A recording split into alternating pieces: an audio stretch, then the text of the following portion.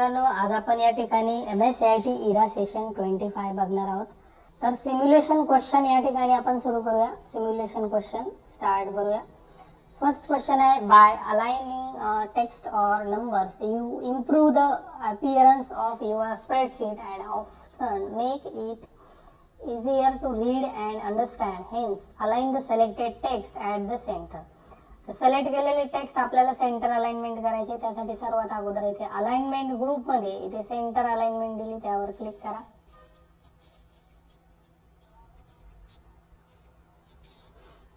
पुढे आहे use of save as make copy of working sheet and keeps original sheet intact. So save the given sheet on your desktop using save as with the name family tree generator.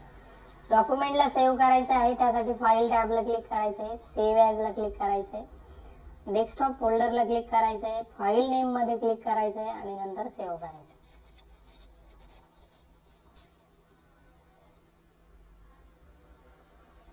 Simulation क्वेश्चनची taste आपली इथे पूर्ण झाली. End exam करूया. यानंतर आपण बघणार आहोत cell path learning. तर स्टार्ट करूया. फर्स्ट क्वेश्चन यामध्ये आहे,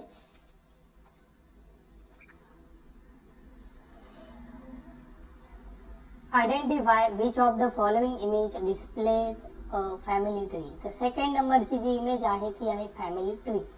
तर second answer is correct. Next question आहे आपला, you want to align text the text in a cell with its center. Which alignment option will you choose to do so? त्याचा correct answer आहे fourth. चौथ्या नंबरची जी image आहे यामध्ये ही जी alignment आहे याला सेंटर अलाइनमेंट म्हणतात. Fourth answer is correct. Next question, you can click on save और save as both the save a new file of MS Excel. त्याचा करेक्ट आन्सर आहे फर्स्ट, ट्रू. नेक्स्ट क्वेश्चन आहे, your friend is customising a family tree generator template in MS Excel. He want to know how he can reset the detail of family members in the file. Choose the right option to do so. तर त्याचा correct answer आहे third, reset family member. And last question, which of the following keys will you use to move to the next row when editing a family tree generator templates in MS Excel? तर याचा correct answer आहे fourth, enter. या ठिकाणी आपले self path learning complete झालं. आता आपण पुढची टेस्ट बघूया, practical test, guided do it yourself. Start करूया. फर्स्ट क्वेश्चन आहे, in the family tree workbook Excel sheet delete the tree image and save the file using file tab save as. तर सर्वात अगोदर आपल्याला या ठिकाणी काय करायचं आहे की ही जी फाईल आहे यामध्ये हे जो फॅमिली ट्री मध्ये आहे जी इमेज आहे, इमेजला इथे क्लिक करा. ही जी इमेज आहे या इमेजला क्लिक करा, कीबोर्डचं डिलीट बटन प्रेस करा, इमेज डिलीट करा आणि मग नंतर फाईल मध्ये जा, सेव्ह ॲज ला क्लिक करा, ब्राउज करा. ब्राउज केल्यानंतर या ठिकाणी फाईलला नाव द्या फॅमिली ट्री वर्कबुक. अशा प्रकारे नाव टाईप करा, नंतर सेव्ह करा, येस करा आणि सबमिट करा. नेक्स्ट क्वेश्चन आहे, in the family tree sheet select the text Sutapa and change its text color standard color red using home tab, font group and font color.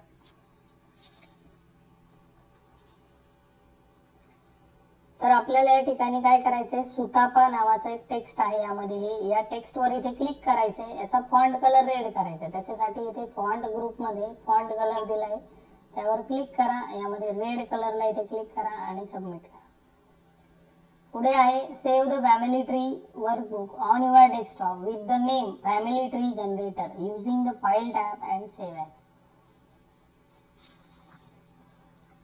तर फॅमिली ट्रीला आपल्याला save करायचंय, simple आहे. सर्वात अगोदर फाईल टॅबला क्लिक करा, save as ऑप्शनला click करा, browse करा, त्यानंतर इथे नाव द्या फॅमिली ट्री जनरेटर आणि इथे सेव्ह करा, सबमिट. नेक्स्ट आहे, In the family tree sheet, select the node cell Rakesh, make it center align using home tab alignment group. तर फॅमिली ट्री जी शीट आहे यामध्ये राकेश हे जे टेक्स्ट आहे याला आपल्याला सेंटर अलाइनमेंट करायचं आहे. तर सेंटर कसं करणार, या ठिकाणी सेंटर अलाइनला इथे क्लिक करा आणि सबमिट करा. लास्ट क्वेश्चन आहे, in the family member sheet select the B2 cell and enter the family tree generator text and apply bold italic effect using home tab and font group.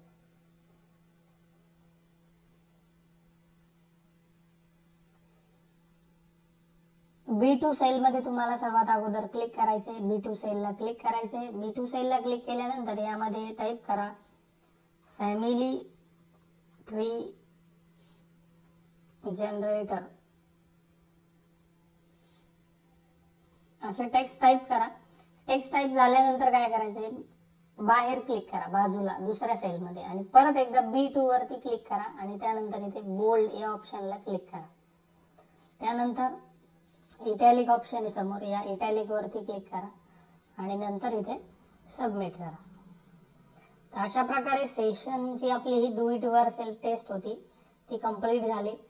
आणि आता आपण यानंतर बघूया या सेशनची शेवटची test, session completion test. Start करूया. First question आहे, MIDI ports are a special type of serial port for connecting musical instruments like an electronic keyboard to a sound card. त्याचा करेक्ट आन्सर आहे ट्रू. नेक्स्ट क्वेश्चन आहे, Mac OS is an example of application software. याचा answer आहे false. Mac OS ही एक operating system आहे. Next question, have you collected MSCIT book from your centre. त्याचा answer आहे yes. And last question, where do you read and study MSCIT book? तर at both place. Third answer is correct. अशा प्रकारे session completion taste इथे पूर्ण झाली आणि session 25 या ठिकाणी पूर्ण झाले. आशा करतो तुम्हाला हा व्हिडिओ नक्कीच आवडला असेल. आवडला असेल जरूर लाईक करा. चॅनलला जर आपण नवीन असाल तर सबस्क्राईब करा. भेटूया मित्रांनो पुढच्या 26 सेशन मध्ये.